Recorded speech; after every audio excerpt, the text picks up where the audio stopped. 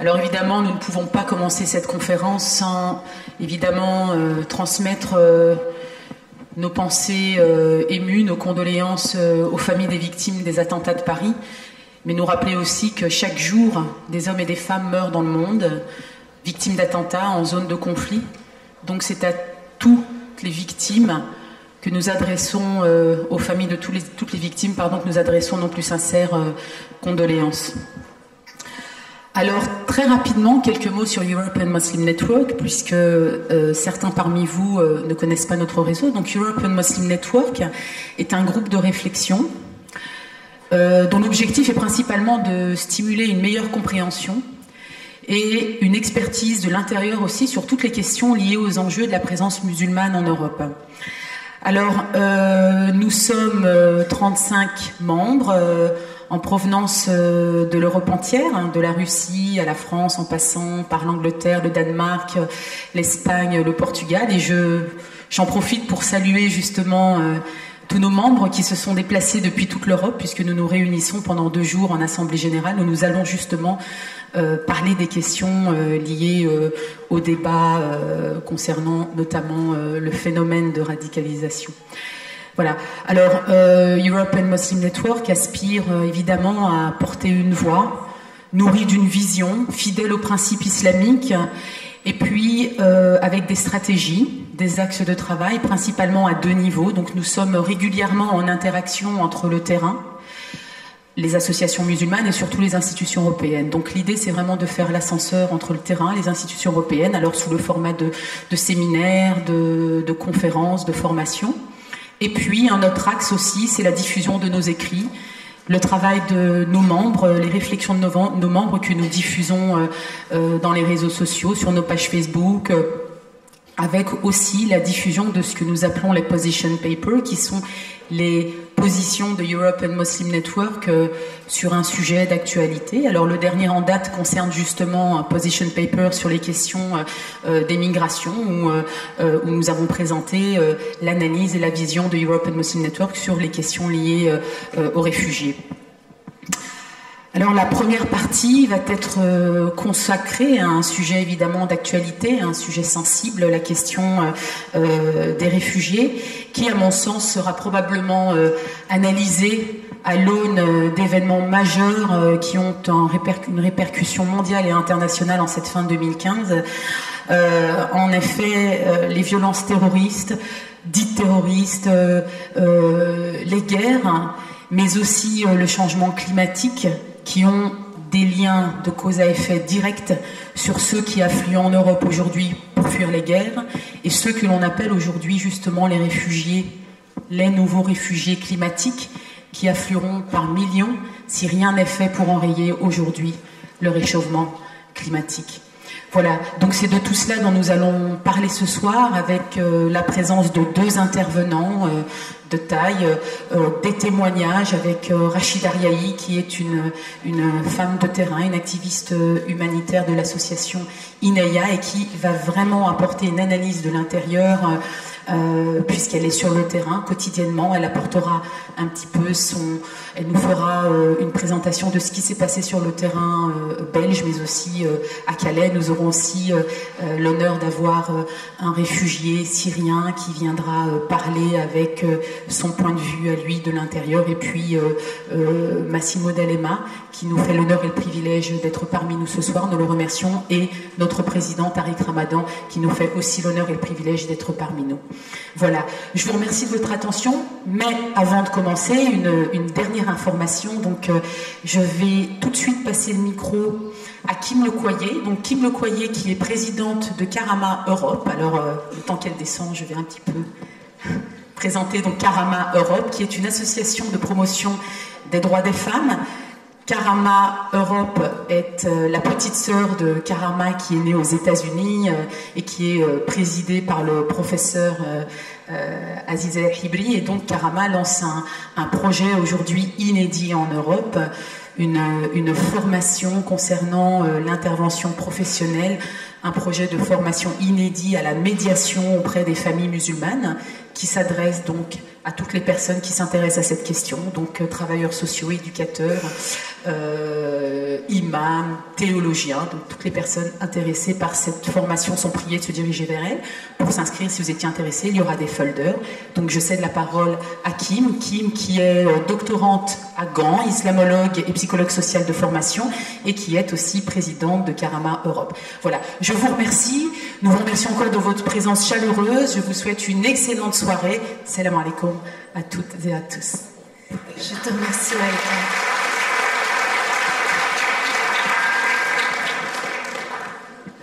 Bonsoir, salam alaikum. Je voudrais tout d'abord remercier European Muslim Network de me donner l'occasion ce soir de vous parler brièvement d'un programme inédit en Belgique. Malika vous en a déjà dit pas mal et je serai très brève parce que vous êtes certainement tous impatients de pouvoir commencer la soirée très intéressante de ce soir. Alors, juste en deux mots, l'association Karama EU est fière et heureuse de pouvoir présenter un programme de formation à la médiation auprès de familles musulmanes en Belgique. C'est une formation qui se donnera en français et en néerlandais entre le mois de février et le mois de juin. Il y a un site internet qui comporte tous les détails de la formation. Le site internet, c'est www.peacefullives.be. Malheureusement, nous n'avons pas de volontaires présents. Je vais l'écrire au tableau dès que j'aurai fini.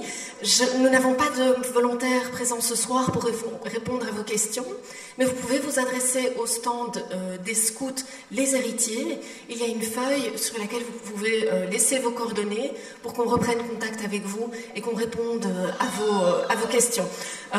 Dernier aspect pratique, donc la formation se déroule à Bruxelles sur le campus de notre partenaire important, à savoir l'Institut des sciences de la famille à Schaerbeek, tout près de la gare. Et j'écris les coordonnées du site internet au tableau pour ceux qui sont intéressés. Je vous remercie et je vous souhaite une excellente soirée.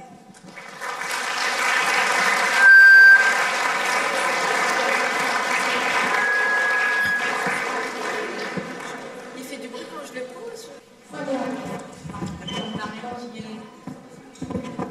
Qui est notre membre français, qui représente European Muslim Network en France, et qui est Fouadi Marel, salam alaikum, bonsoir tout le monde. Formation. J'ai une formation universitaire courte. Voilà, le terrain associatif social en France et islamique depuis une vingtaine d'années. Très bien, voilà, merci Fouadi Marel, merci en tout cas d'être parmi nous ce soir, donc Fouad qui arrive de France. Prenez place et nous avons Rachid Ariali qui va aussi rejoindre le panel, ainsi que Fateh. Salam alaikum wa rahmatullahi wa barakatuh. Merci, salam alaikum tout le monde. Soyez les bienvenus à cette soirée que nous espérons riche par vos questions, sûrement riche par la qualité des interventions. Nous avons donc, sans plus tarder, introduire cette soirée.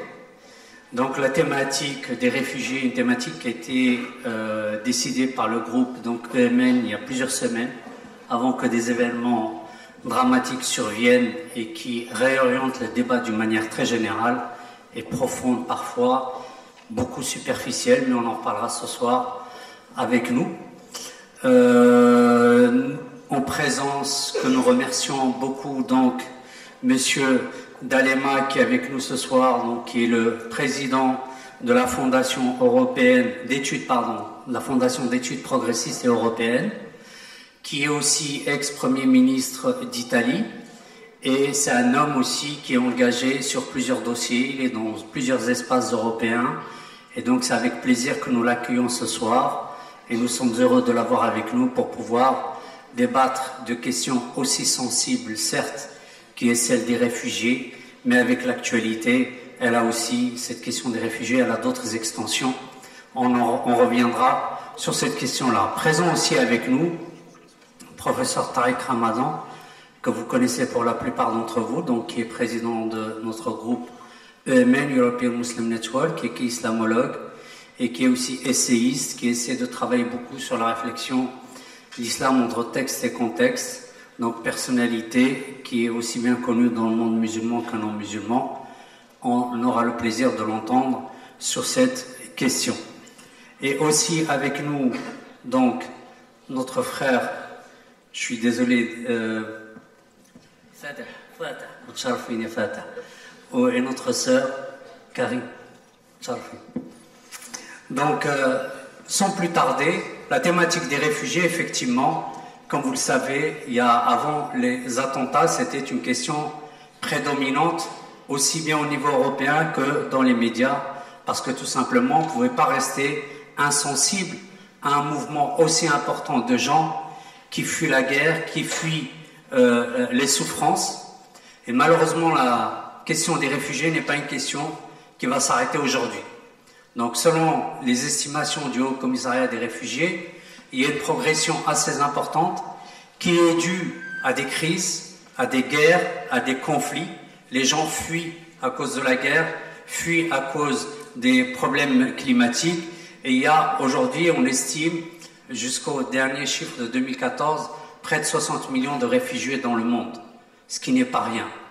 Avec la crise syrienne qui est plus proche de nous, qui a révélé quelque chose qui devient intenable pour nous en tant que citoyens dans des espaces libres, c'est que nous avons une responsabilité non seulement morale, mais une responsabilité éthique, une responsabilité économique, culturelle, que nous devons à tout prix mettre en œuvre, exprimer vis-à-vis de ces populations, surtout syriennes, parce que nous sommes dans un tournant historique dans cette région du monde. Je pense que la soirée sera assez suffisante pour en parler. Évidemment, nous, en tant qu'Européens, on s'est interrogé beaucoup sur les débats qu'il y avait au niveau institutionnel, combien on peut accueillir de réfugiés, oui, non, des discussions pendant l'été. Malheureusement, on a eu un flux de plus en plus important, les attentats qui sont venus pour compliquer encore le débat, la discussion. Donc, quelle responsabilité, nous, en tant qu'Européens, sur cette thématique-là, sur cette problématique-là de réfugiés, que l'on soit institutionnel, responsable institutionnel, ou des citoyens responsables et qui réfléchissent sur cette question-là, quelle responsabilité? Est-ce que les réfugiés représentent un réel danger?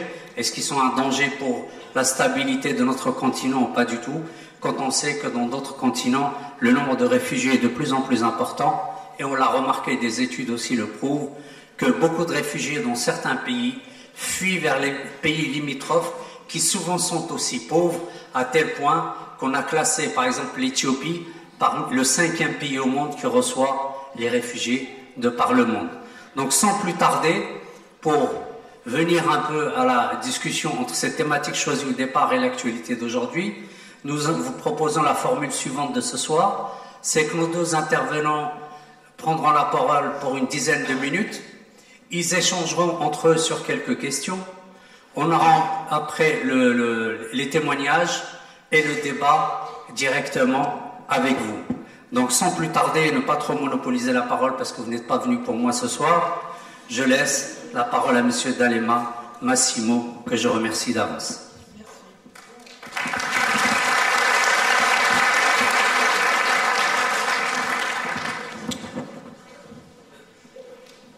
Bonsoir, merci pour votre invitation et pour cette opportunité de discuter ensemble d'une crise, la crise des réfugiés, qui peut-être représente la pire crise de l'histoire de l'Union européenne et sans doute dans l'histoire plus récente de l'Union européenne. L'Europe semble être incapable de gérer l'émergence, le flux. Plusieurs pays, trop de pays à mon avis, sont renserrés dans la protection aveugle de son propre égoïsme national. Et l'Europe risque de s'en sortir divisée, fragmentée, et défigurer en son image et ses valeurs. Ce qui me frappe dans la gestion de cette crise, c'est la faiblesse politique de l'Union, qui n'était pas préparée, qui n'avait pas les règles, les ressources. J'ajoute un élément sur lequel il faudra revenir et qui a contribué à désorienter l'opinion publique. C'est que quand on parle de réfugiés, la référence, c'est à des personnes qui ont le droit d'être accueillies, protégées, parce qu'ils sont menacés par la guerre, par la persécution, la torture. Mais en général, avec la perspective qu'ils puissent retourner dans leur pays. Mais en ces cas, il n'y a aucune stratégie pour rétablir la stabilité et la paix dans les pays d'où viennent. Et surtout, il n'y a aucune stratégie européenne en ce sens. Et finalement, je pense que la crise des réfugiés frappe l'Europe au cœur d'une profonde, jamais si profonde crise européenne. Et je ne parle pas seulement d'une crise économique et sociale qui vient de 2007, ça veut dire longue et dure. Et bien sûr, chômage et pauvreté ne vont pas d'accord avec la solidarité, mais je parle aussi d'une crise idéale, politique, culturelle et d'une crise de perspective de l'Union européenne. L'Europe semble traversée par une contradiction paradoxale. D'un côté, les défis de la globalisation devraient encourager les Européens à ce que j'appelle un saut de qualité dans la direction de l'unité politique de l'Europe. Et bien sûr, les événements, l'histoire des réfugiés nous montre qu'on a besoin d'un pouvoir politique européen, mais au contraire, la même globalisation et les défis qui viennent de la globalisation génèrent des sentiments de peur, d'incertitude, qui poussent dans la direction opposée. Ça veut dire assez renfermé dans la dimension nationale, même à la recherche des petites patries, ça veut dire de s'enraciner dans les certitudes du sol, du sang, et à se méfier des autres, à l'époque où la seule réponse possible devrait être la coopération avec les autres. Il faut aussi souligner, parce que je pense qu'il faut dire aussi les éléments positifs, que dans un cadre difficile, on a eu aussi une mobilisation solidaire d'une partie de l'opinion publique, d'ONG. Je pense à l'Italie et à la position et à l'activité de l'Église catholique. Je pense à l'appel du pape, accueillir les réfugiés, qui a été très important. Pas toutes les églises chrétiennes ont eu les mêmes sentiments. Je pense qu'il faut souligner aussi qu'on a eu des États qui ont ouvert leurs frontières. On a parlé beaucoup de l'Allemagne, on pourrait parler de la Suède et du courage du gouvernement suédois. Il faut ajouter aussi que les institutions européennes, notamment les parlements, les commissions, la Commission, ont vraiment joué un rôle dans l'esprit européen et ont essayé de répondre à cette crise avec une relance de la solidarité parmi les différents pays de l'Europe. Il faut dire que tout est devenu plus difficile après Paris. Parce que la perception de la menace du radicalisme et du terrorisme s'est superposée au problème de l'accueil de réfugiés. Bien sûr, ce sont deux choses qui n'ont rien à voir l'une et l'autre. Mais dans la perception de l'opinion publique et dans la propagande des mouvements du populisme de droite, etc., cette idée qu'on est envahi, qu'on est menacé, a, à mon avis, poussé l'opinion publique dans son sentiment de peur et aussi, malheureusement, j'ai peur que ces sentiments vont avoir des conséquences politiques qui ne sont pas bien pour les forces démocratiques, pour la gauche, pour ceux qui soutiennent les valeurs de la solidarité. Ce qui est nécessaire aujourd'hui est une réponse politique forte et sage. D'un côté, il faudrait profiter de l'occasion pour adapter les règles, les structures et mettre l'Europe en mesure de faire face aux urgences.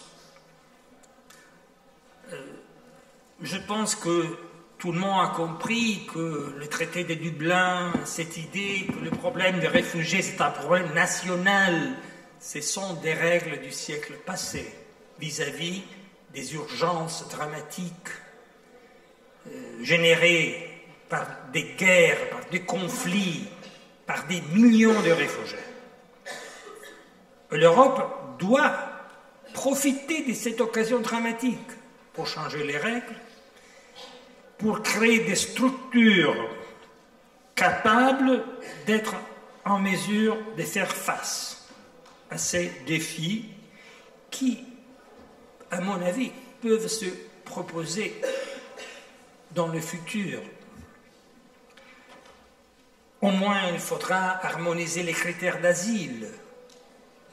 Il n'a aucun sens dans un espace commun, je pense à Schengen, qu'il y a des différents critères par rapport à l'asile. Deuxième, il faut déployer une stratégie efficace pour la paix en Syrie, pour la stabilité en Libye. Et, voyez, je ne suis pas contraire à l'usage de la force contre ce que j'appellerais le fascisme de l'État islamique. Mais quelle est la stratégie politique? La force est un moyen. Quel est le but? Ça n'est pas clair. Quel est le projet politique? Au moins, quel est le projet politique européen? Qu'il faudra discuter avec les autres, avec la communauté internationale, avec les gens sur le terrain qui sont intéressés au futur de la Syrie. Ça, je ne le comprends pas. Ça, c'est la faiblesse aujourd'hui de l'action de l'Europe et des pays européens qui sont plus engagés dans la crise. Et finalement, pour terminer, je pense qu'il faut discuter d'un problème qui n'a jamais été adressé au sérieux en Europe. Qu'est-ce que c'est que l'islam chez nous? D'où viennent les foreign fighters qui ne sont pas des réfugiés, mais sont souvent des citoyens européens? Pourquoi la radicalisation? Pourquoi on n'a pas été capable, jusqu'à maintenant, bien sûr, il s'agit des minorités, mais on n'a pas été capable, je ne parlerai pas d'une politique d'intégration, même ces mots intégration est discutable, à mon avis, mais de vivre ensemble. Et de l'autre côté, comment répondre à l'islamophobie? Il y a un paradoxe. Le radicalisme, d'où vient le terrorisme, et l'islamophobie ont la même racine culturelle.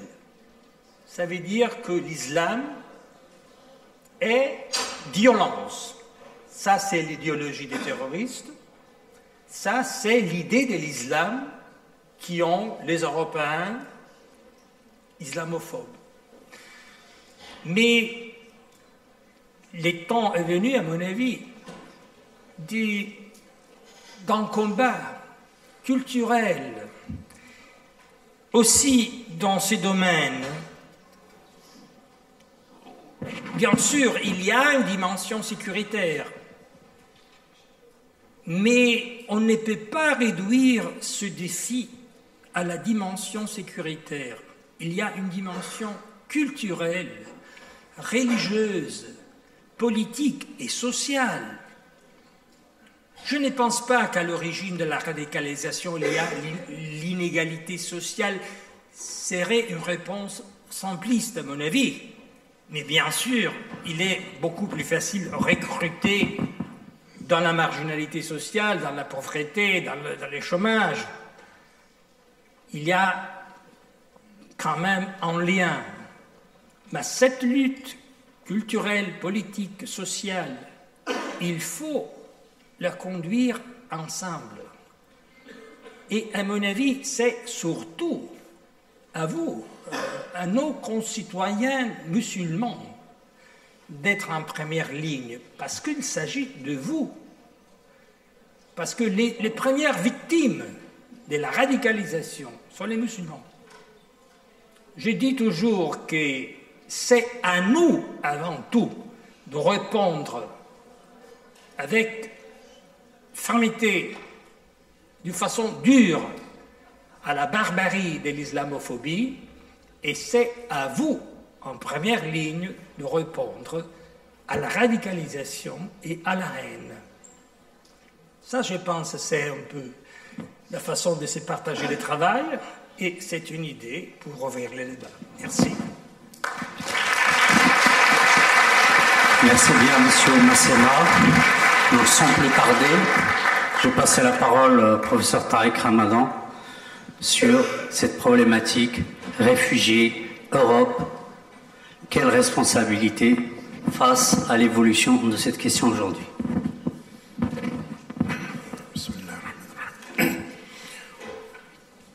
Bien, j'aimerais d'abord remercier le European Muslim Network, en particulier toute l'équipe belge, de nous recevoir encore, cette fois-ci encore ici, dans ces conditions, ces bonnes conditions, et qui nous permettent d'avoir ces discussions de fond.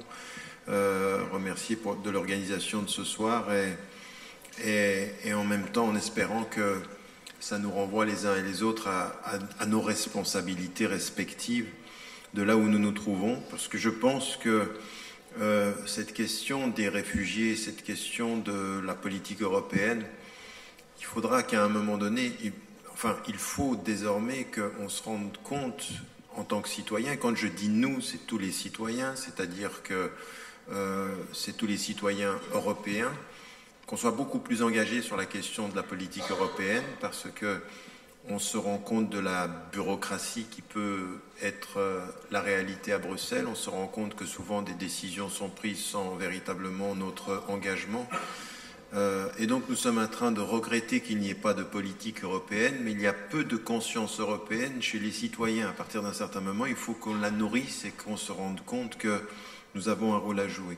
Moi, ce que j'aimerais mettre en évidence par rapport à cette question, d'abord en guise d'introduction, je pense qu'il faut que nous rappelions un certain nombre de principes. Et Ce sont des principes éthiques, ce sont des principes humains, ce sont des principes, on parle souvent des droits humains, on en parle quand il s'agit des sociétés où les droits humains ne sont pas foncièrement respectés, mais à un moment donné, au-delà de nos sociétés, quand on parle que de notre citoyenneté, il ne faudrait pas qu'au nom de notre citoyenneté, nous oublions le droit de l'humanité et de l'humain.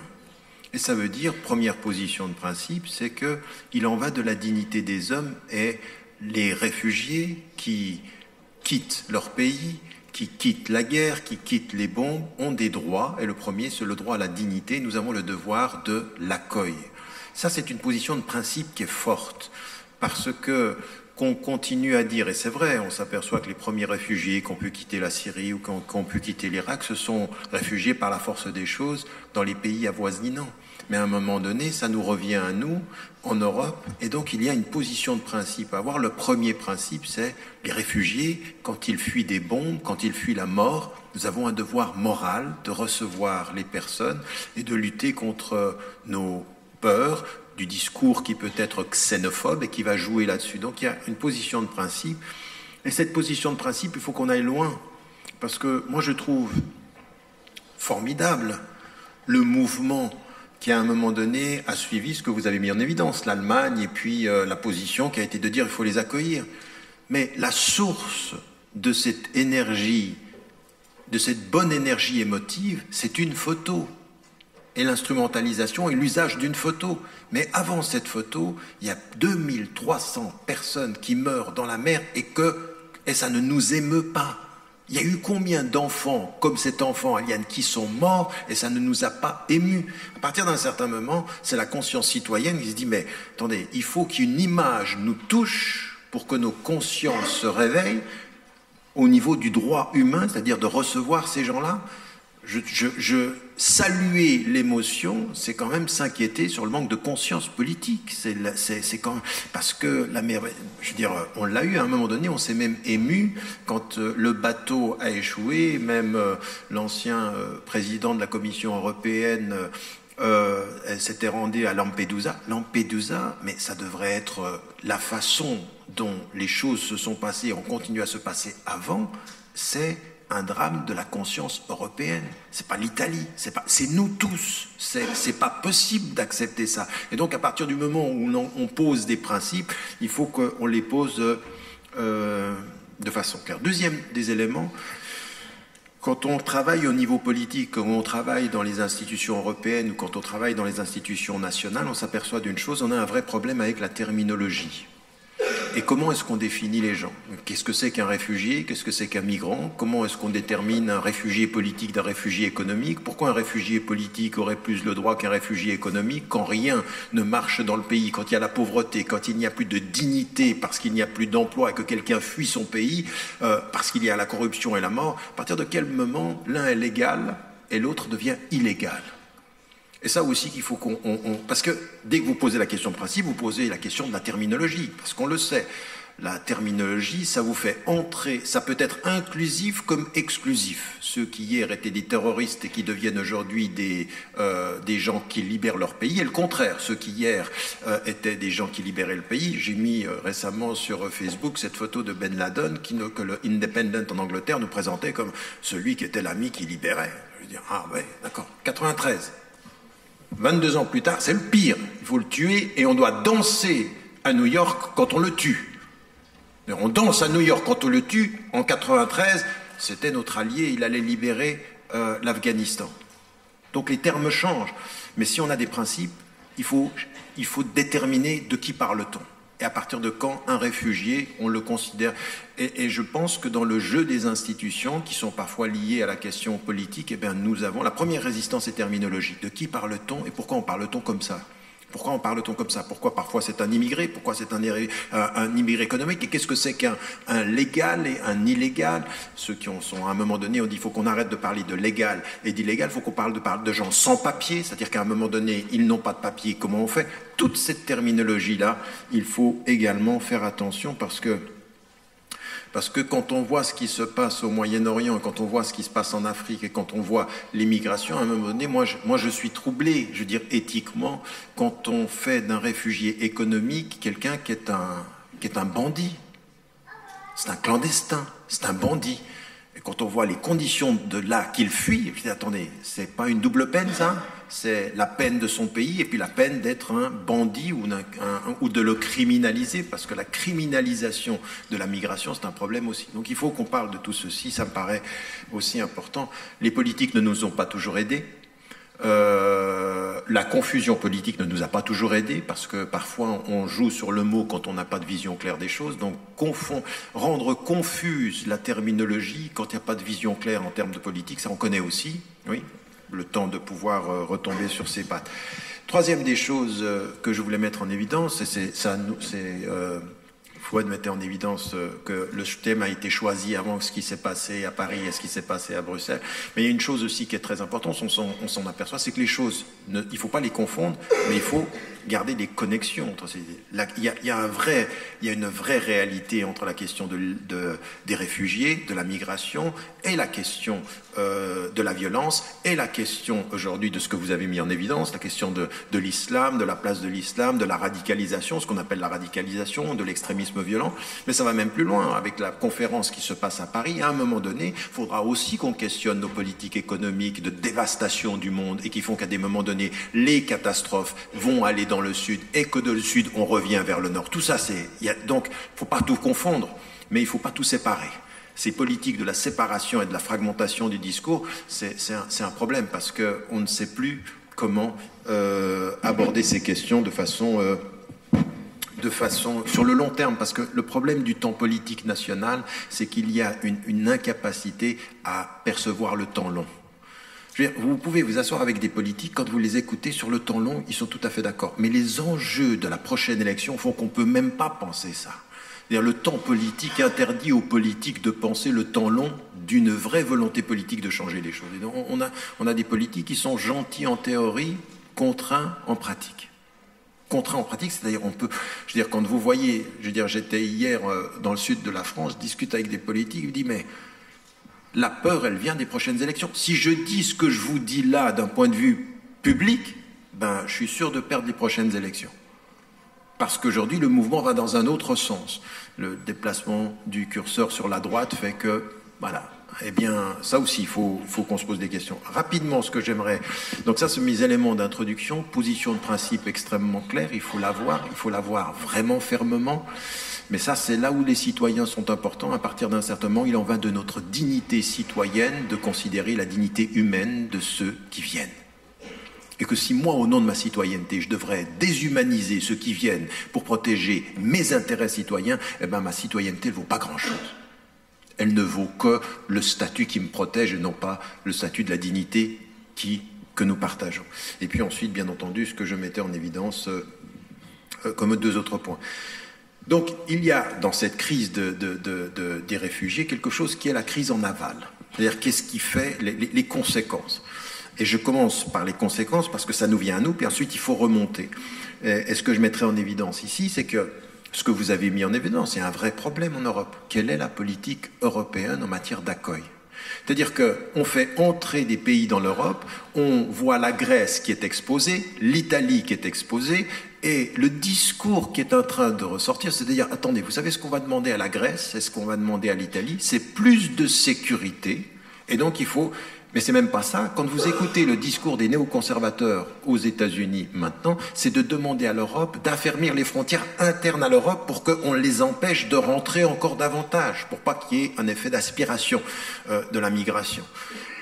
À partir d'un certain moment, là c'est la politique européenne qui pose un problème et qui aujourd'hui se pense essentiellement par rapport aux réfugiés à la migration. Je suis désolé, là vous pourrez peut-être me contredire, mais moi ce que j'entends souvent, c'est une politique sécuritaire, c'était une politique de la sécurité. Alors, encore une fois, on ne peut pas considérer qu'il ne faille pas une politique qui régule. Il faut une politique qui régule. Mais la régulation, elle n'a de sens que quand on a une vision globale de l'accueil et de l'équilibre des forces en Europe. C'est-à-dire qui peut accueillir et comment. Parce que tout à coup, sur la base d'une photo, tout à coup, on nous dit qu'on peut accueillir un certain nombre et que l'Allemagne va le faire, que la Suède prend des positions qui sont extrêmement courageuses, effectivement, mais que ce ne sont pas les seuls. Il y a eu beaucoup... Tout à coup, pourquoi à ce moment-là et pas avant? Pourquoi n'a-t-on rien fait auparavant? Comment cette politique en aval, elle est gérée? La politique des frontières, et puis, en même temps, eh bien, comment on doit développer au sein de l'Europe, sur tout ce qui nous revient, une politique qui soit cohérente. Le moins qu'on puisse dire, c'est qu'en matière de politique intérieure, l'Europe manque totalement de cohérence avec la gestion de la crise en aval. Et qu'on est au petit... Pourquoi je dis ceci? Parce qu'en fait, sur le long terme, n'importe quelle vision politique européenne qui voit sur les 20 prochaines années, elle sait qu'en fait, les gens qui peuvent venir en Europe, économiquement, on peut en avoir besoin. C'est-à-dire qu'économiquement, on a ce besoin-là. Donc ça, il faut avoir une vue longue, c'est-à-dire en termes de dignité de la personne, mais aussi en termes de nos besoins au niveau européen. La gestion de la crise en amont, ce que vous avez mis en évidence, il n'y a pas de politique étrangère européenne. Il y a une politique, je veux dire, ce qui est aujourd'hui... qui fait avancer l'Europe, c'est, vous voyez en ordre dispersé, beaucoup de pays qui sont dans la ligne de la politique américaine en Europe. La ligne américaine en Europe. Et qu'en l'occurrence, qui se distingue? Quel est le pays qui se distingue aujourd'hui en Europe de la ligne américaine sur la question du Moyen-Orient? Donnez-moi un exemple de quelque chose qui soit cohérent en termes européens. Et ça veut dire que sur la gestion des conflits, sur la gestion même des alliés, parce qu'on a des alliés, les États du Golfe sont des alliés. Aujourd'hui, l'Iran est rentré dans le concert du dialogue, mais c'est la foire d'empoigne dans la région. Quel est le rôle de l'Europe à gérer en amont les situations en Syrie, en Irak et dans toute la région? Déjà, l'Europe, sur la question israélo-palestinienne, est totalement hors course dans n'importe quelle décision fondamentale. On ne voit rien. Et en plus de ceci, la seule chose qui compte, c'est de nous sortir. Je suis désolé, je sais que ça a choqué pas mal de Français, mais je le répète. En 2001, j'ai entendu de la rhétorique sur le plan sécuritaire aux États-Unis, comme sur le plan on va leur montrer qu'on n'a pas peur, quelque chose que j'ai entendu par François Hollande une semaine après ce qui s'est passé à Paris. On va leur montrer, on va frapper. Mais pour qui? Pourquoi? Quel est le but? Quel est le projet? Et ne tue-t-on pas des innocents? Quel est le projet de la politique européenne au Moyen-Orient? Si ce n'est un désordre total. Et donc, de ce point de vue-là, si vous ne gérez pas en amont, vous n'allez pas pouvoir gérer en aval. Et donc, ce que je disais aussi, parce que, et je terminerai sur ces éléments-là, sur le long terme, sans gestion de la situation, sans vision claire de la gestion en aval, sans politique claire sur comment fait-on en amont dans les pays, parce on ne peut pas gérer les réfugiés s'ils ne peuvent pas rester dans leur pays, si à un moment donné on ne peut pas penser aussi au retour dans leur pays. Et ça veut dire quoi? Ça veut dire effectivement toute la question de la justice économique, c'est-à-dire la reconnaissance des besoins du pays, la justice sociale, la démocratisation réelle, pas la démocratisation du type Bush, on va démocratiser le Moyen-Orient et on déstabilise tous les pays, parce que finalement ce qui s'est passé à partir de 2003, c'est la déstabilisation du Moyen-Orient et l'acceptation de dictatures quand ça nous sied, donc une incohérence. Et sur le long terme, pour nous, aujourd'hui, en Europe, c'est de pouvoir dire un véritable nous européen. Et c'est pour ça que je me démarquerai. Je comprends exactement ce que dit M. D'Alema quand il dit « votre responsabilité à vous et notre responsabilité à nous ». Moi, je dis « notre responsabilité à nous, c'est terminer le vous et le nous ». Nous, vous, c'est nous, c'est vous. C'est nous. Nous. Ensemble. Non, mais ça, je comprends d'où vous le dites. Mais je veux que vous compreniez d'où je le dis. C'est-à-dire qu'à partir d'un certain moment, pourquoi? Parce que ce que vous avez dit dans la deuxième partie de votre propos est très important. C'est-à-dire que ça revient sur la question de l'identité européenne, de qui parle de l'Europe, de comment se définit l'Europe, parce que aujourd'hui, on est en train de faire une Europe de la peur et de la suspicion. Et ça veut dire de ce point de vue-là qu'on doit aborder des questions qui vont être celles de notre discussion, de la question des réfugiés et de la violence, on a entendu, ça vient des États-Unis, ça a été ça vient pas des États-Unis, ça a été répété aux États-Unis, c'est présent dans le discours européen, n'accueillons pas les réfugiés. Dans les réfugiés, il y a des terroristes et voilà ce qui se passe. Donc comme on ne peut pas prendre ce risque-là, le premier qui l'a dit en France, c'est Estrosi, dans le Sud, qui a dit attention, les réfugiés viennent et parmi eux, il y a des terroristes. Et tout à coup, ça se confirme parce qu'il y en a un qui est passé par la Grèce et donc il y a une politique de la suspicion. Donc ce qu'on vit à l'intérieur, les immigrés ou les réfugiés vont le vivre.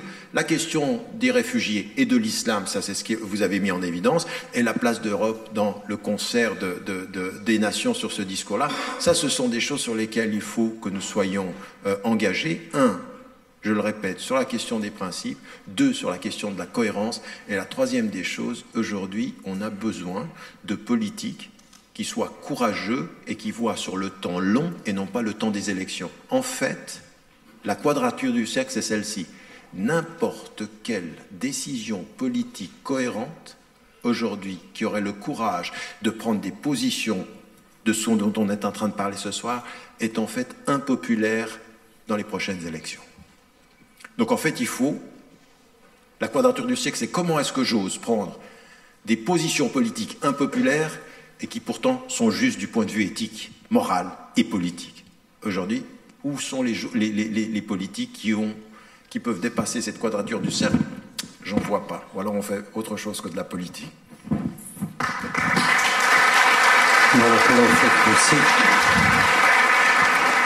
Alors si vous... Merci, professeur Tariq Ramadan, de nous lancer la perche pour la transition.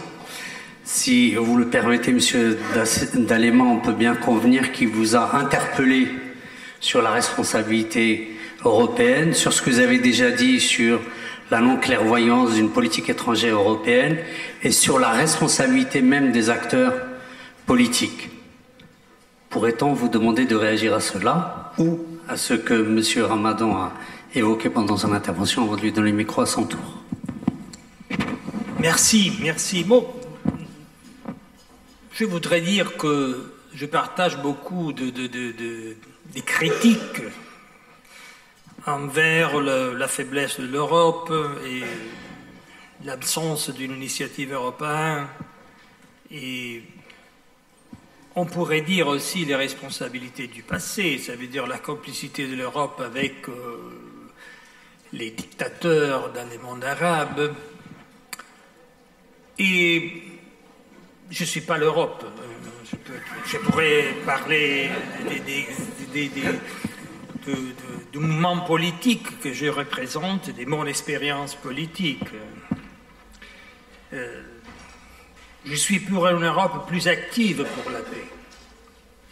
J'ai essayé aussi personnellement de jouer ce rôle. J'étais ministre des Affaires étrangères de l'Italie à l'époque de la guerre entre Israël et le Liban, et j'ai travaillé pour arrêter la guerre et pour déployer une force internationale entre Israël et le Liban et pour garantir la paix. Et ce n'était pas facile de convaincre les Israéliens d'arrêter les conflits, ni d'aller négocier avec Hezbollah, ce qui était nécessaire. Mais en même temps, en Europe, Hezbollah était considéré une organisation terroriste. Mais je les rencontrais. Il y avait partout dans mon pays des affiches dans lesquelles j'étais appelé Dalémallah par la droite.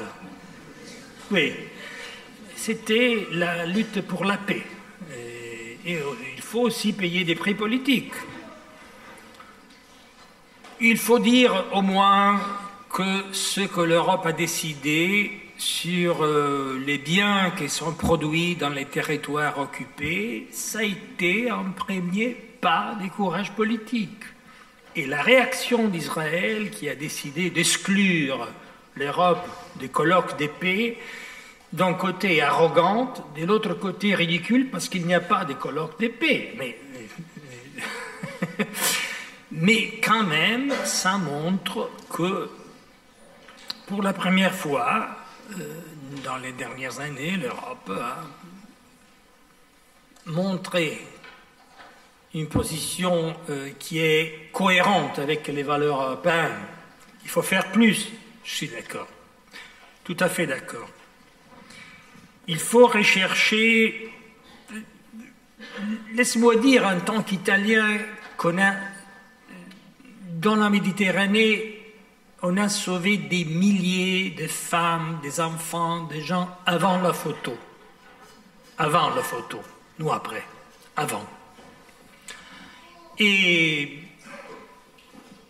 je pense qu'il faut distinguer parmi les Européens. Il y a des Européens qui ont compris cette tragédie et n'ont pas eu besoin de l'image tragique d'un enfant mort sur la plage. À mon avis, ce que j'avais proposé, c'était d'aller là-bas, prendre les réfugiés avec nos bateaux et de ne pas les laisser dans les mains des gens qui trafiquent sur la vie, qui spéculent de l'argent sur la vie des réfugiés. C'est ce qu'on a fait, j'étais Premier ministre, c'est ce qu'on a fait au Balkan. Pendant la guerre au Kosovo, il y avait des centaines de milliers de réfugiés et on est allé là-bas, on les a pris, on les a amenés chez nous. On n'a pas eu de boat people dans l'Adriatique. C'était une autre Europe, plus forte, qui n'était pas frappée par la crise. C'était l'Europe à 15. C'était une Europe dans laquelle, sur 15 premiers ministres, 11 étaient membres du bureau de l'Internationale socialiste. Il y avait une unité politique de l'Europe. Et la crise de Kosovo et l'événement de réfugiés à l'époque a été géré d'une façon tout à fait différente par rapport à ce qu'on a vu dans les derniers mois. Bien sûr, cette crise a une dimension différente et beaucoup plus grande. Mais aussi, je pense que l'effet qu'un petit pays pauvre comme le Liban est capable d'accueillir 1,5 million de réfugiés sur 5 millions d'habitants, 6 millions d'habitants, et que la riche Europe n'est pas capable de gérer le flux de réfugiés, ça, à mon avis, ce n'est pas ici que je l'ai dit, je l'ai déjà dit, ça, je pense, est une défaite pour nous. Mais vous avez très bien dit, nous, c'est nous. Oui, c'est nous. Oui, mais il y a un problème parmi nous. C'est qu'il y a des gens que vous n'avez pas évoqués. Il y a des gens qui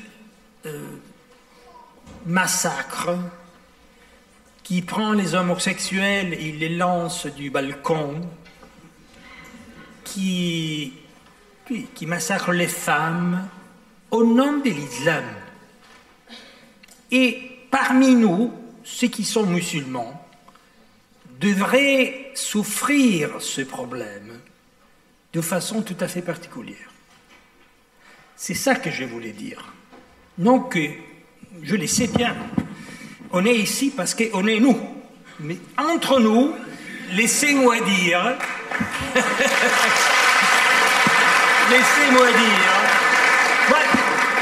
je viens du mouvement communiste. Et quand il y avait quelqu'un, oui, j'étais communiste, c'était moi. Exactement. Et déjà, on a terminé d'être nous.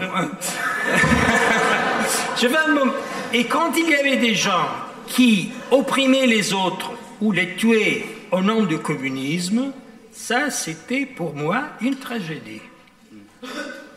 Mais j'étais un communiste italien, ça veut dire un communiste qui était en faveur de la démocratie. Ça, c'est ma vie, mon expérience personnelle. J'étais à Prague en 68 et j'étais dans la rue avec les jeunes qui protestaient contre l'armée rouge qui était là. Mais j'étais communiste, c'est une contradiction dramatique. Alors, il y a des gens qui considèrent l'islam comme une religion qui oblige à tuer les autres, les infidèles, à les détruire. Et j'ai souligné un élément, c'est la même idée de l'islam qu'ont les islamophobes. Et quand j'ai dit, nous qui ne sommes pas musulmans, nous avons le devoir d'arrêter l'islamophobie, mais les musulmans qui aiment la vie et les valeurs humaines ont le devoir d'être en première ligne contre qui, au nom de la foi, de la religion, massacre les autres. Ça, c'est nous, entre nous, travailler pour les mêmes valeurs, chacun faisant son propre devoir. Ça, c'est l'esprit. Ce n'est pas l'esprit de se partager, c'est l'esprit de travailler ensemble, mais chacun avec la force de son expérience et de sa culture. Et je pense que cette idée de l'islam, c'est une idée qui tout à fait défigure l'islam. Mais si je le dis, ça a moins de sens. Si c'est l'imam que le dit, peut-être ça peut-être plus d'influence, parce que je n'ai pas l'autorité pour dire ça. C'est l'opinion d'un intellectuel de gauche qui considère la civilisation islamique comme une partie de la civilisation européenne, de notre propre culture. Je dis clairement, même quand j'étais au pouvoir, je disais, je suis une immigrée de 30e génération, parce que ce n'est pas difficile d'entendre que D'Alema, ce n'est pas un homme d'origine flamande, non? Halim, Halim, c'est le fils Halim. Mes ancêtres étaient des Arabes qui étaient au service de l'empereur Frédéric II. Ça veut dire que ça, c'est l'Italie, c'est le melting pot au centre de la Méditerranée. Et si on ne considère pas l'islam comme l'une des racines de notre civilisation, de notre peuple, etc., ça veut dire vraiment qu'on n'a rien compris, ce qu'on est nous. Mais ce grand problème, il ne faut pas absolument sous-estimer.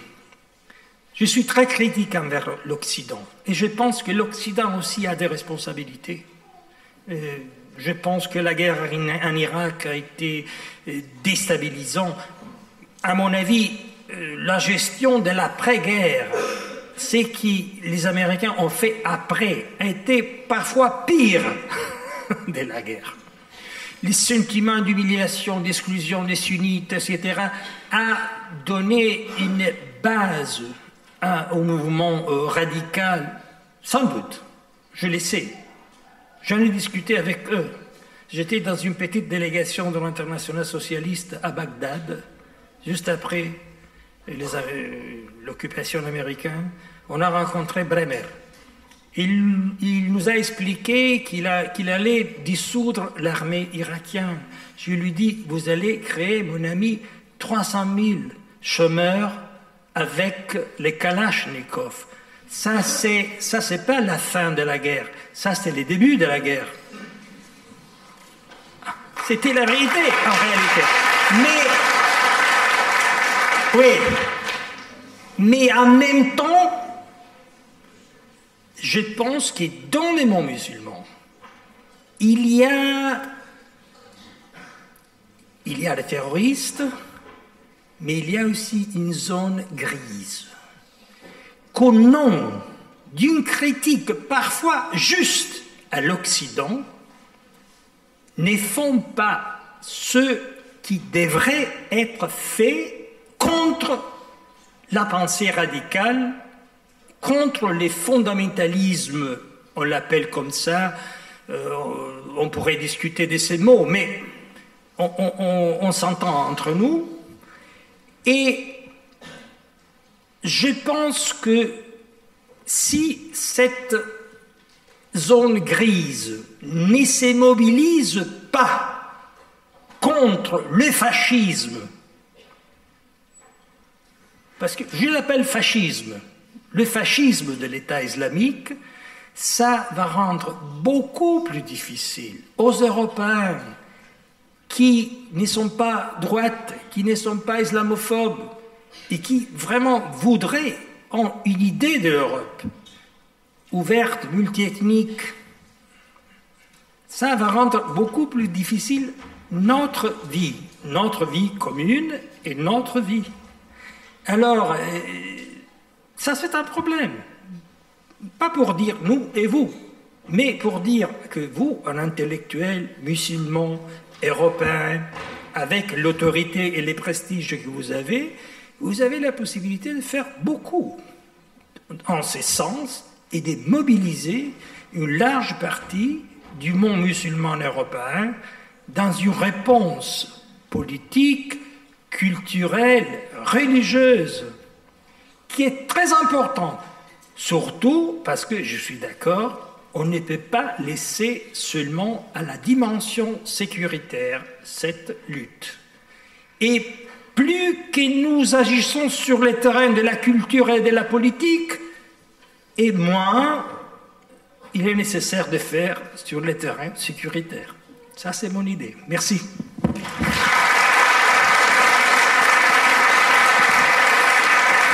Je pense qu'il n'y a pas besoin de ma médiation, M. Ramalho. Non, ce à quoi on assiste, la discussion que nous avons là, elle est capitale. Elle est capitale. Parce qu'en fait, ma thèse et ma proposition va exactement au centre de ce que vous avez dit, et je vais rebondir sur votre propre exemple. Vous fûtes communiste à l'époque où se passait au nom du communisme le pire en matière de totalitarisme. Et vous aviez un devoir moral de vous positionner, c'est juste. Je conçois tout à fait ce que vous êtes en train de dire. En tant qu'Italien, donc européen, italien et communiste, vous aviez le devoir moral de prendre une position par rapport aux communistes, et à aucun moment dans votre positionnement politique, votre appartenance à l'Europe et à l'Italie n'était soupçonnée. Vous étiez bien européen. Et vous disiez nous, Européens, et vous étiez communistes. Le problème que nous avons avec l'islam, c'est qu'à un moment donné, le fait de la non... Parce que là, ce qu'il faut, c'est un déplacement du paradigme et une révolution intellectuelle. C'est-à-dire que, sans que vous vous en rendiez compte, implicitement, quand vous dites « nous » et « vous avez la responsabilité », l'implicite du discours, c'est pas ce que vous voulez, mais c'est comme ça que la perception s'est aujourd'hui installée en Europe, c'est que le musulman qui va prendre position par rapport à cet événement-là, c'est son appartenance à l'Europe qui est questionnée. Et c'est pour ça que je veux qu'avec moi, nous puissions dire « nous », et qu'en tant qu'Européen, j'ai effectivement le devoir moral de prendre une position par rapport à ce que font un certain nombre de groupes, de cette violence extrémiste, mais que je ne le fasse pas pour répondre à vous qui me dites vous, mais que je le fasse avec vous quand nous, ensemble, nous disons nous. C'est-à-dire qu'à partir d'un certain moment, c'est l'appartenance à l'Europe, le fait que l'islam aujourd'hui n'est pas considéré dans l'inconscient du discours politique comme une religion européenne. Que ce qui est attendu d'un certain nombre d'intellectuels, c'est la dénonciation qui est la condition de votre appartenance. Alors que je suis en train de poser les choses dans un autre terme, la dénonciation, elle n'est là que comme un devoir moral, mais elle n'est pas une condition de mon appartenance, puisque ceux qui parleront avec moi sont dans un discours qui fait effectivement aujourd'hui de l'islam une religion européenne. Et ce que j'aimerais vous dire, c'est que dans le propos là, en termes psychologiques, ça a un impact. C'est que tout le discours que l'on a, et qui en fait nourrit l'extrême droite et nourrit la xénophobie, c'est ce discours de l'implicite, de ce qui est non dit. Et qu'à un moment donné, il y a chez nos politiques un pas en arrière qui dit « vous les musulmans ». Non, non, c'est nous les Européens, et parmi les Européens, nos voix doivent venir ensemble. C'est-à-dire que ce que j'aimerais aujourd'hui, c'est pas que vous m'interpelliez en tant qu'Européen qui va se situer d'abord comme musulman pour dénoncer, mais comme Européen qui, avec vous, va prendre une position morale de principe ensemble. Jamais à un moment donné, votre appartenance à l'Europe n'a été questionnée. Et ça, c'est le grand problème aujourd'hui.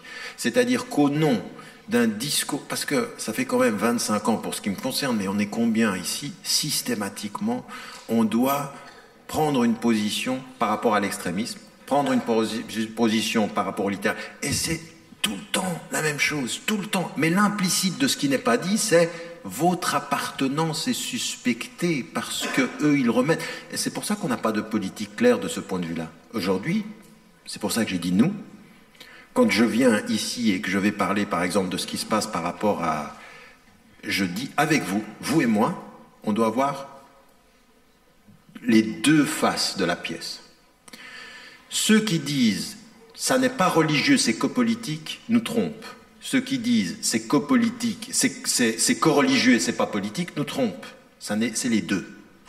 Mais c'est là où on doit avoir la force d'un discours politique, vous et moi. C'est-à-dire qu'à partir d'un certain moment, une pensée musulmane, européenne, ou une pensée musulmane tout court, elle prend position par rapport à ça. Et j'aimerais quand même vous dire que cette position-là, mais regardez ce qui se passe dans le monde, depuis combien de temps les musulmans européens, internationaux ont pris des positions? Pourquoi? Expliquez-moi. Pourquoi ça fait 30 ans, 40 ans, 50 ans qu'on prend des positions sur l'islam et qu'on n'est pas entendu en Europe? Pourquoi systématiquement on vient dire mais on ne vous entend pas assez? On n'arrête pas de le dire. Mais ça veut dire quoi? C'est que ceux qui ne nous entendent pas, en fait, ne nous considèrent pas comme un nous encore. Je ne parle pas de vous, mais la surdité d'un certain nombre de politiques vient du fait que je ne suis pas dans leur définition de ce nous. Donc ils n'entendent pas. Et ils lui disent ah mais vous devez, vous les musulmans, mais attendez, ça fait combien de temps qu'on le dit? Donc aujourd'hui, ce qu'il faut déplacer, c'est le centre de gravité de ce nous en disant ben nous sommes ensemble et ce discours-là, il est là. Et le jour où vous, Massimo D'Alema, vous dites je suis européen, mes concitoyens européens, italiens, de confession musulmane, je suis avec eux et j'ai entendu ce que nous disons ensemble, c'est que nous condamnons cette violence extrémiste. Mais qu'en même temps, vous ne le réduisiez pas à la question politique, religieuse, mais qu'aussi vous dites ce que vous venez de dire, et nous, ensemble, nous pensons qu'il y a des raisons objectives à ce déplacement-là. Un discours religieux, littéraliste et parfois violent, mais des questions politiques sur lesquelles nous devons nous poser les questions ensemble. C'est-à-dire la cohérence de notre rapport à certaines dictatures. La cohérence, donc il faut les deux faces, mais il faut que nous le disions ensemble. Pas chaque fois que je viens, on dit vous d'un point de vue religieux parlez, puis nous d'un point de vue politique, et puis on a créé cette division implicitement. La différence entre vous, communistes, qui aviez à prendre position par rapport aux communistes, et moi, musulman, qui ai à prendre position par rapport à l'islam, c'est que vous étiez clairement dans l'Europe et que je suis suspicieusement en dehors. En dehors. C'est-à-dire, c'est pas clair que je suis encore européen jusqu'au moment où je vais m'épuiser à la dénonciation. Donc, la seule chose qui nous fera sortir de ça, c'est qu'à un moment donné, on vienne ensemble et qu'on ait un discours beaucoup plus clair sur qu'est-ce que l'Europe aujourd'hui. D'où est-ce que l'on parle? Et que vous puissiez dire, on l'a entendu ce discours-là. En fait, le jour où je ferai partie de votre vous, c'est quand vous pourrez dire je et que vous m'incluez dans ce je. Pas en me regardant en me disant quand il y a un problème, vous, puis quand ça va bien, nous. Non mais c'est très important parce que notre... Non, ça... C'est très, franchement, c'est très important. Moi, je vis ceci au quotidien, c'est sur le plan psychologique et sur le plan de la terminologie. Et donc aujourd'hui, l'islam est une religion européenne et comme politicien européen, vous avez le devoir, quand vous dites nous, que nous fassions partie de votre vous. qu'on soit ensemble et qu'on puisse le dire de cette façon-là, à un moment donné, parce qu'il faut que vous l'assumiez, ce discours-là. Il faut qu'on assume ce discours-là. Je veux dire, je rencontre des politiques, je vais terminer là-dessus, mais je rencontre des politiques qui me disent « mais on n'a pas de problème avec la majorité de nos concitoyens musulmans ». Mais dites-le. Dites-le. Non, non, pas vous, eux. Dites-le. Vous aussi d'ailleurs, dites-le.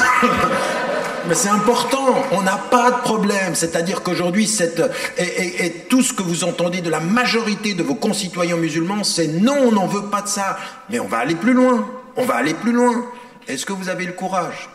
Pas vous, parce que maintenant vous n'êtes pas en fonction, mais est-ce que les politiciens ont le courage de dire que l'idéologie qu'ils soutiennent de certains États du Golfe qui nous renvoient à un littéralisme qui développe là, est-ce qu'on est d'accord d'aller jusqu'à la cohérence, de dire c'est pas ce que l'on veut? Qui?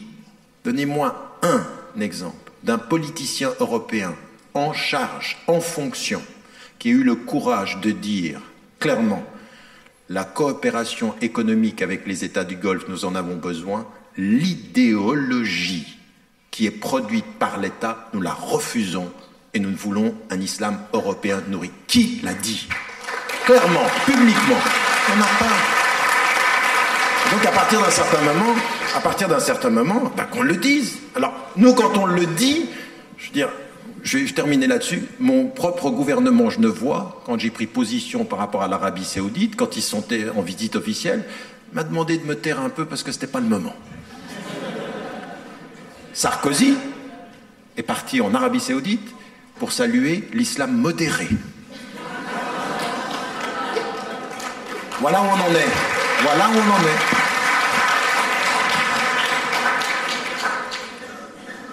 Alors, c'est pas pour fuir le débat, mais justement pour aller encore plus loin dans le débat, nous allons laisser la parole à une personne qui est justement en permanence entre le je, le nous, le vous, et qui le pratique au quotidien, en prenant l'initiative, en assumant cette responsabilité à laquelle vous appelez. Elle se considère comme un nous.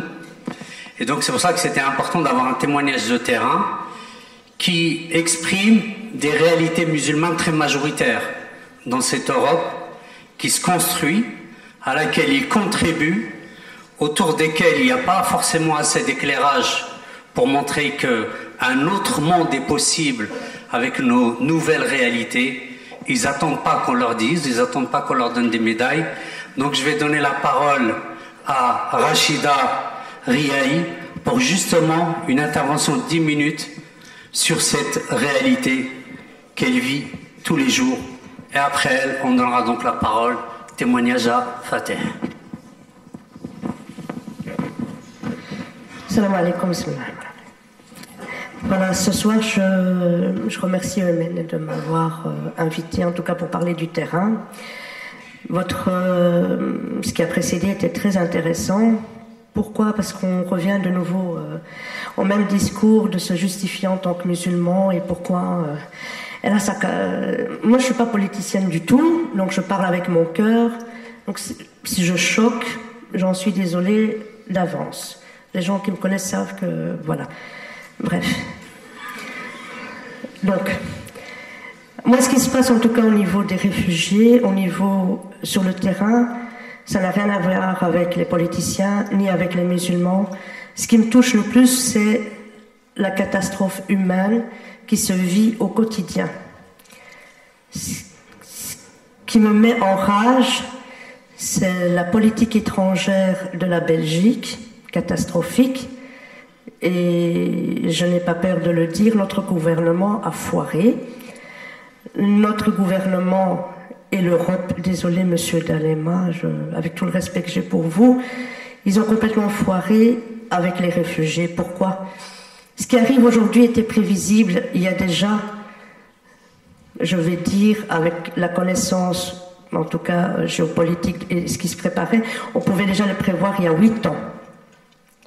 Il y a 8 ans, ça commençait déjà là-bas, et il y a 8 ans, on pouvait déjà prévoir qu'on allait avoir une arrivée massive de réfugiés, en tout cas syriens. Moi, je me suis rendue à la frontière syrienne. J'ai été visiter des camps de réfugiés syriens à la frontière turco-syrienne. Ils sont mieux accueillis là-bas, en Turquie, à Antakya, Raihanli, du côté de Bab el Ouaq, ici à Bruxelles. Ici, pseudo-pays démocratique, et je le dis ouvertement, de toute façon je ne m'en cache pas, pays qui n'a pas été capable d'accueillir au mois de juillet, ça a commencé par 400 personnes, on est passé à 500, 600, pendant tout le mois du Ramadan. Ce n'étaient pas les politiques qui étaient au parc Maximilien, c'était des gens civils. Il y avait des musulmans, il y avait des non-musulmans, il y avait des athées, il y avait des juifs. On en était arrivé à faire le travail de notre gouvernement. On a tiré la sonnette d'alarme au mois d'août en disant la situation est catastrophique. Il y a des femmes et des enfants qui sont arrivés ici à Bruxelles, épuisés. Situation d'hygiène déplorable, j'ai jamais vu ça, ça fait 27 ans que je suis sur le terrain, j'avais jamais vu ça. On a tiré la sonnette d'alarme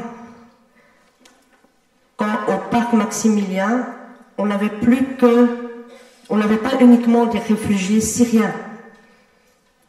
On a eu les sans-papiers qui sont arrivés, puis il y a eu un mélange un petit peu de tout.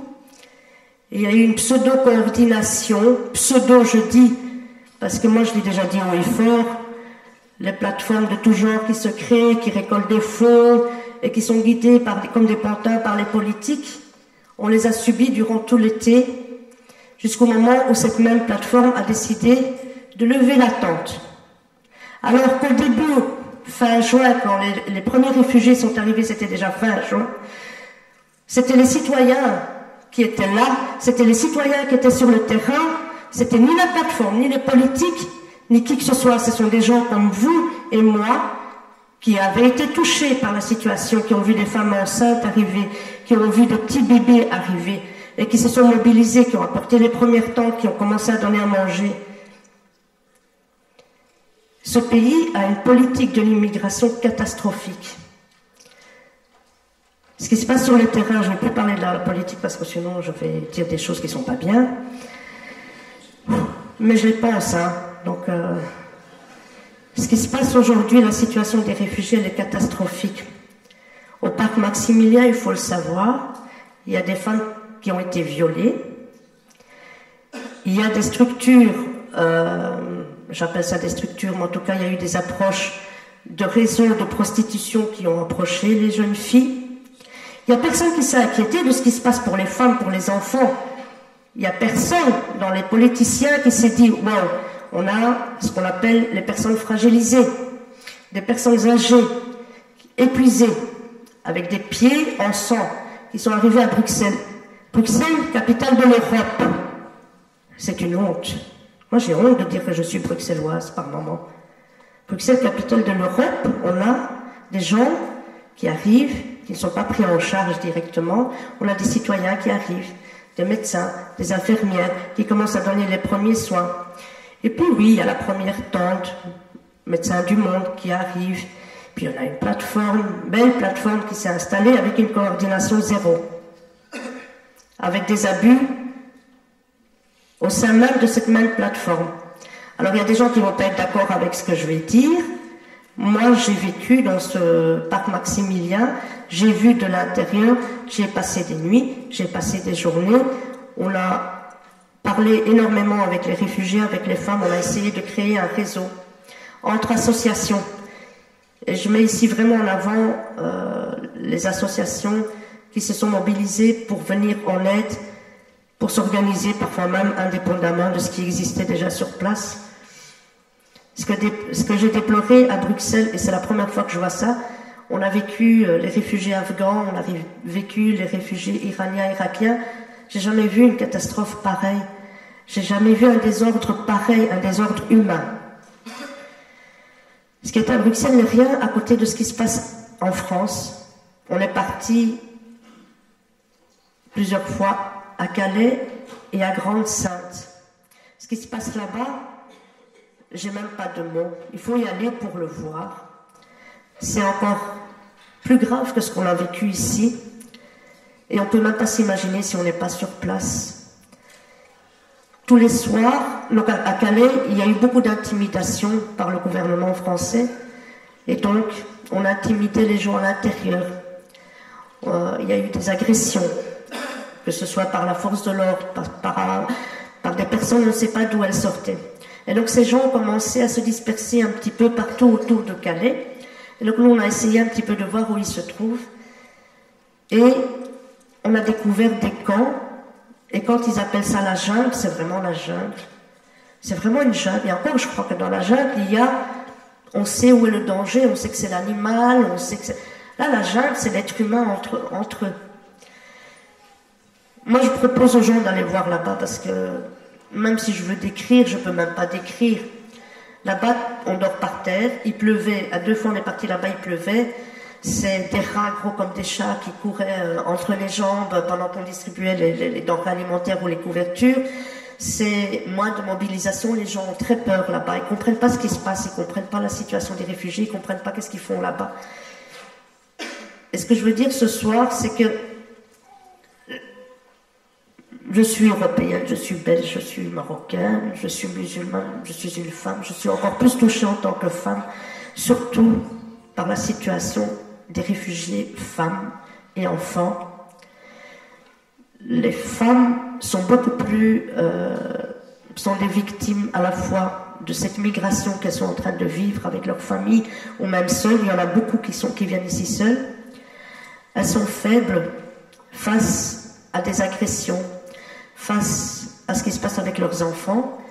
Et il y a de nouveau rien qui est fait au niveau de nos politiques par rapport à ces personnes qui sont faibles, et entre autres les femmes, les personnes âgées ou les personnes gravement malades. Il faut savoir qu'il y a des personnes qu'on a eues au VTC par exemple, qui sont arrivées avec des problèmes cardiaques, qui sont arrivées avec des problèmes très lourds d'infections, toutes sortes d'infections. Et ce qui se passe, c'est qu'on n'a pas, au niveau de la politique, une mobilisation par rapport à justement venir en aide à ces personnes-là. Et je vais finir ici. Je vous invite à aller là-bas à Calais, à Grande-Synthe, aller rencontrer les réfugiés qui sont toujours là à 5h du matin devant l'Office des étrangers d'ailleurs. Donc si vous voulez apporter des sandwichs ou du café, c'est toujours le bienvenu, quoi.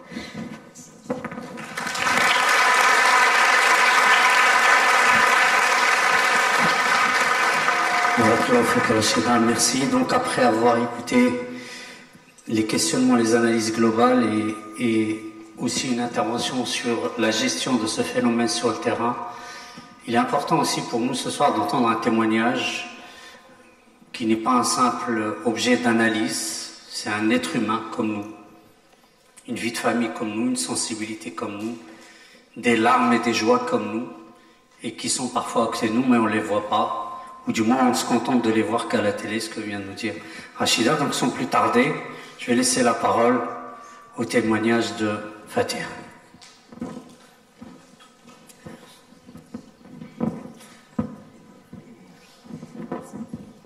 On commence comme ça. Bonsoir tout le monde. Je vous remercie beaucoup de mon invité. Je m'appelle Fatia, je viens de Syrie. J'ai quitté Syrie en 2013. Avant, en 2012, donc la guerre a commencé en Syrie, la manifestation en 2011, mais ça n'arrive pas à Alep. Ça a commencé en 2012. Et puis, voilà, j'étais vivre normal, mon boulot, entre mon famille. C'était trop bon, avec mes frères aussi, mes amis. Mais à la fin, la manifestation a commencé en Alep. Et ça veut dire il y a les armées par la rue, partout, sans sécurité, les quartiers. Et puis, oui, oui. Moi, j'étais au travail et j'ai... le patron qui j'étais au travail m'a dit « Ok, tu finis le travail, tu restes chez toi parce qu'il n'y a pas de travail. Il n'y a pas de touristes. Ils sont bien. » Et puis, j'ai réussi de faire quelque chose d'autre. Donc, dans la rue faire un petit commerce. Donc mon père il a fermé sa boulangerie. Donc il a fermé sa boulangerie. Et puis voilà, j'ai fait un petit projet dans la rue de vendre les pains et des trucs comme pizza. Voilà, pour aller aider mon famille. Et puis ça commence bien. Et puis après 4 mois, c'est vraiment un succès. Et puis je dis à mon père, je veux quitter la Syrie parce que ça va pas rester là. C'est vraiment dangereux pour moi. J'arrive de 18 ans. Je vais aller faire l'armée, les services de l'armée, c'est vraiment obligatoire. Et puis ils sont acceptés pas parce c'est vraiment pauvre à son fils. Puis je décide ça, je pars par fenêtre. Et puis j'arrivais à Turquie et j'ai appelé mon famille, je dis ok, souhaitez à la meilleure en moi. Et puis je passe de frontière à la Grèce. C'était vraiment hyper difficile. C'était hyper froid. Je te crois pas comme ça. Donc l'argent, allez, c'est pas vraiment pour l'argent que j'ai payé, c'est vraiment trop pauvre. Et je te crois, c'est en voiture, on va aller à l'Europe. Bref. Et voilà. Après, je trouvais moi-même dans la route, oui. Et puis, on était 24 personnes. Donc, de ces 24 personnes, il y a une famille qui sont les enfants de 4, de 5, de 6 ans. Et puis, on passe.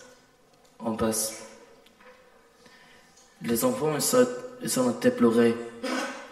Et les parasols, il était pour la police. La police, ils sont capturés.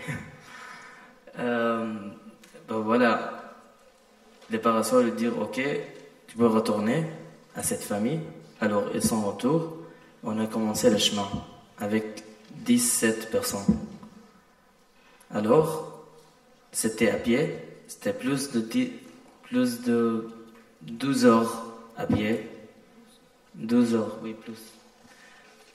Et puis le matin, à 6 heures du matin, on arrivait à quelques villages en Grèce, mais on était tellement épuisant. C'était vraiment, vraiment difficile, de froid. J'étais mort, j'étais sans la mort.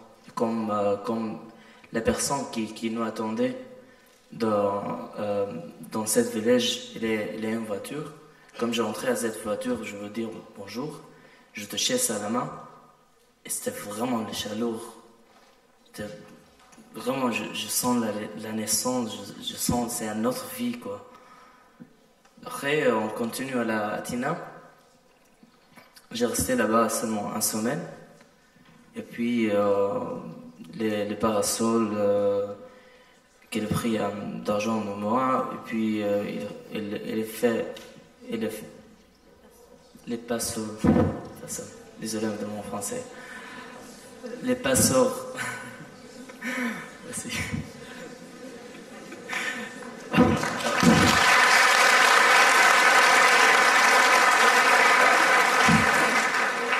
Ça fait pas longtemps que j'ai appris le français, donc j'essaye. Et puis il est fait un passeport, il est copie de quelqu'un. Voilà, je viens à l'avion, je suis parti en avion jusqu'à Bruxelles. Quand j'arrivais ici, c'était vraiment, vraiment une grande surprise de moi. C'était trop différent du monde, tout différent, tout le monde différent de mon pays, de la culture, de la langue, de tout. Oui, Puis je trouvais là, c'est vraiment une belle vie. Les gens, c'est trop sympa. N'importe quoi, quelle nationale, quelle religion. J'aime bien tout le monde, franchement. Et vraiment, qu'est-ce que je me sens? Qu'est-ce que je me sens de maintenant? Qu'est-ce que je comprends dans ma vie? Moi, j'habite de ce monde. Et je suis un humain. J'ai la raison de vivre de ce monde. Même de papier, avec de papier, même sans papier. Et j'adore tout le monde.